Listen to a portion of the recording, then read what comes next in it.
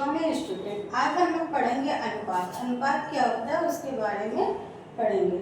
अनुपात का जो होता है, अनुपात का अर्थ होता है जो दो दिशाएं होती, भुजाओं का या आकृतियों का या वर्ण का परस्पर संबंध होता है।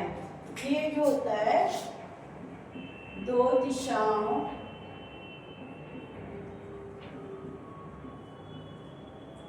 या जो भुजा होती है या आकृतियों का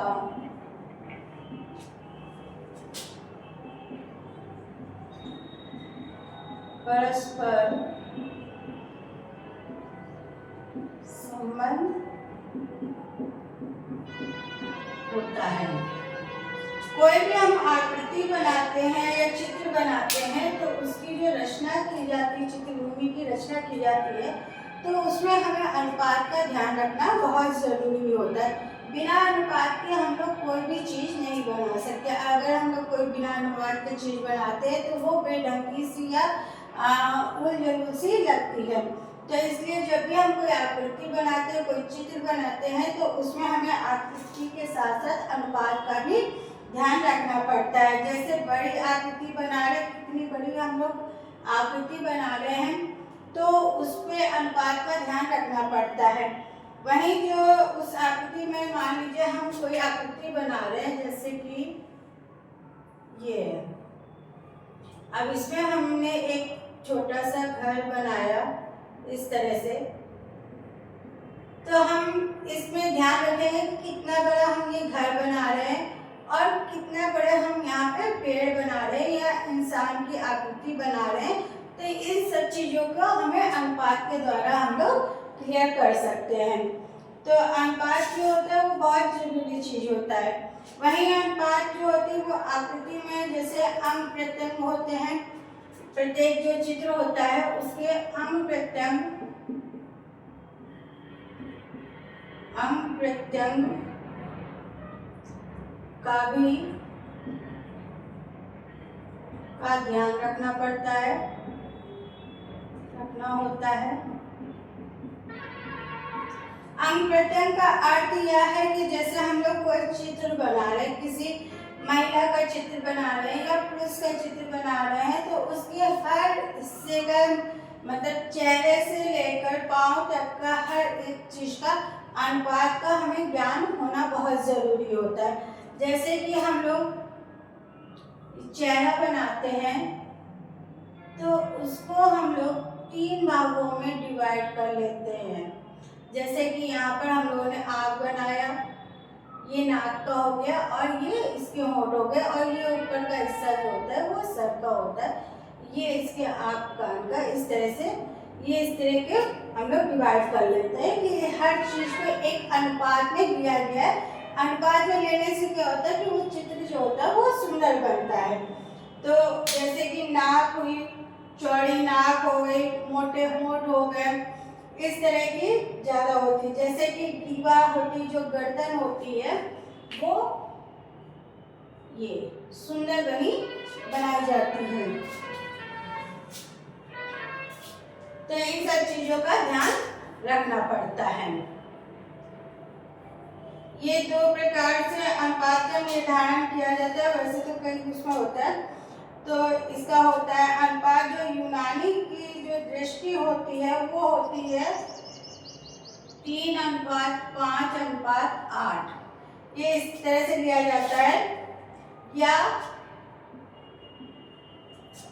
5:8:13। इस तरह से इसका नियम जो होता है इसका निर्धारण किया जाता है। तो इसमें कई बातों का ध्यान रखना पड़ता है। फिर आता है अनुपात का निर्धारण किस तरह से होता है। ये 2 प्रकार से होता है। एक होता है चित्र का विषय, पहला होता है जो निर्धारण होता है अनुपात निर्धारण। इसमें होता है चित्र का विषय, मतलब चित्र का विषय क्या होता है, जो सर्वप्रथम हम आकृति का जो स्वरूप होता है, जो विचार होता है, उसको हम लोग अपने भावों की अभिव्यक्ति के द्वारा उसको व्यक्त करते हैं, उसको प्रयास करते हैं कि उसके भावों को अभिव्यक्त किया जाए या स्थिर मुद्रा में बनाते हैं। उसमें क्या करते हैं, लंबाई व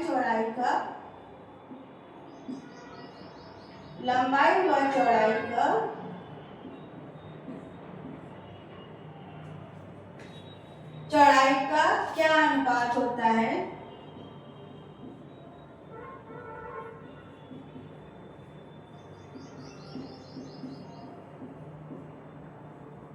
उसका निर्धारण करते हैं।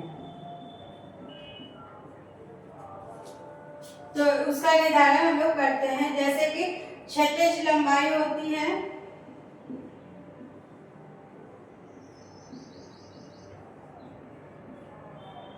क्षैतिज लंबाई होती है अधिक उपयुक्त होती है, जो ये क्षैतिज रेखा की जो लंबाई होती है वो अधिक उपयुक्त होती है। उसी तरह से हम लोग दूसरा जो इसका भाग होता है, ये तो हो गया विषय की, जो चित्र के जो विषय होता है उसका निर्धारण होता है। दूसरा होता है आकृति का निर्धारण। आकृति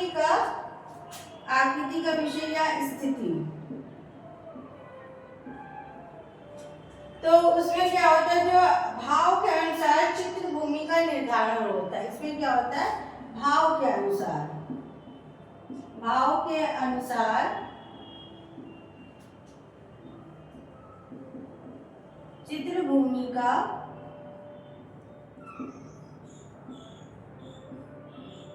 निर्धारण होता है। या निर्धारण करने के बाद उसमें हम देखते हैं एक या एक से अधिक भागों में इसको बांटा जाता है। एक या दो या इससे अधिक या इससे अधिक भागों में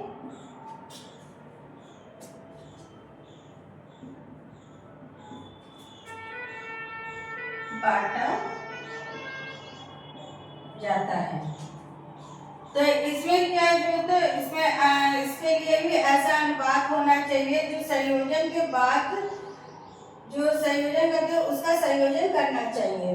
तो इसमें इस चीज का ध्यान रखना पड़ता है कि इसको हम लोग किस तरह से निर्धारित किया जाता है। इसके बाद आता है आकृतियों में आंगिक भागों का कैसे निर्धारण किया जाता है।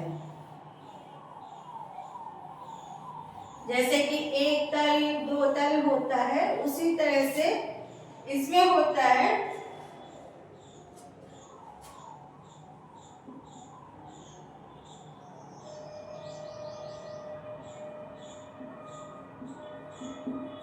आकृतियों में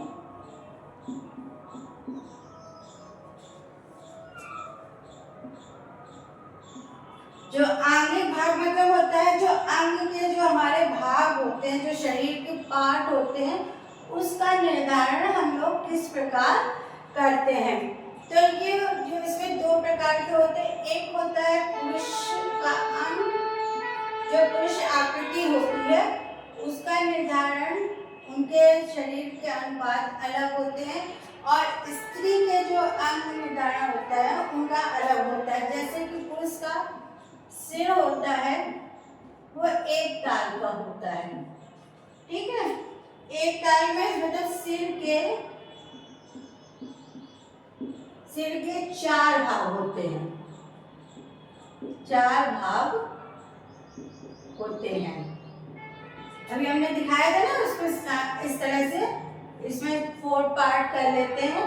ये आपका सर हो जाता है, यहाँ आपका आँख, ये फोरहेड होता है, यहाँ नाक होता है, ये मुंह होता है, और ये आपका चिन हो जाता है। इस तरह से ये इसको 4 भागों में विभाजित किया जाता है। फिर आता है धड़। धड़ जो होता है उसमें जो होते हैं 3 ताल होते हैं। 3 ताल होते हैं, जैसे कि आंख,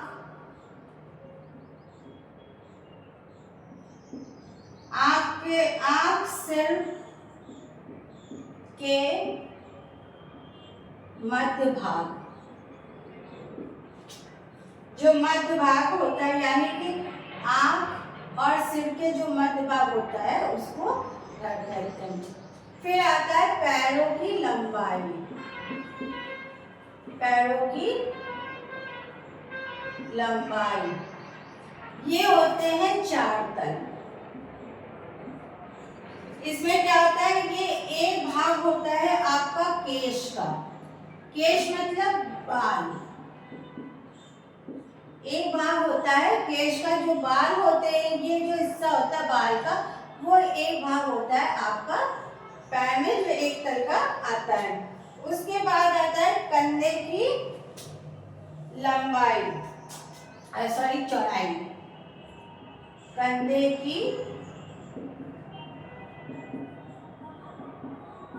चौड़ाई, ये होती है 2 ताल की।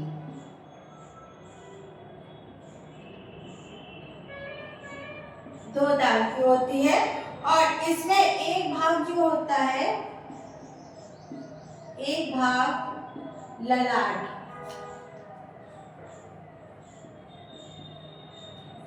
ललाट का जो भाग होता है, ये वाला हिस्सा जो होता है ललाट का भाग होता है।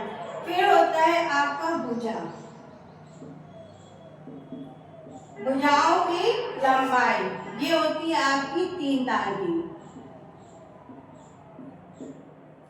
3 ताल की।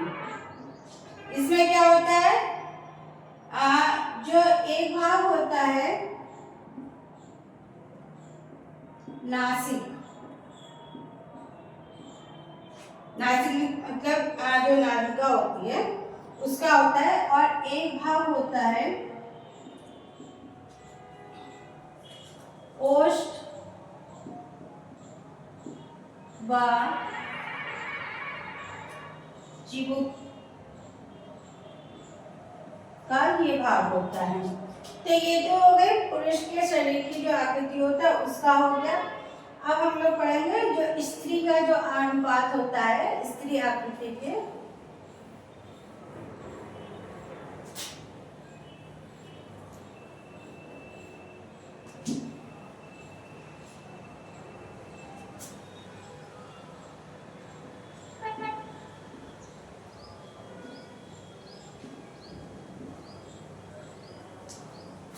सिर जो होता है एक ताल का होता है स्त्री का, धड़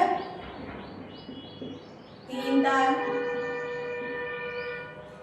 और जो पैरों की लंबाई होती है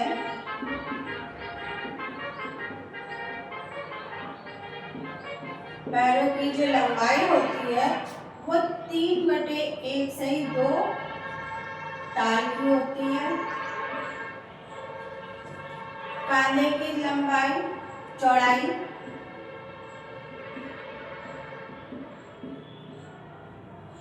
वो होती है 1/1 सही ताल की। ठीक है, उसके बाद भुजा की आती है, भुजाओं की लंबाई ये आपकी होती है 2/1 सही 4 ताल की। इस तरह की, इसी तरह की जो होती है जो किशोरों की या बनों की या जो कुबड़े होते हैं, राक्षस होते हैं, भयानक आकृतियां होती, तो उनके अनुपात भी अलग अलग होते हैं। तो इन आकृतियों के अलग अलग जो अनुपात होते हैं उसके बारे में हम लोग नेक्स्ट वीडियो में पढ़ेंगे। Thank you.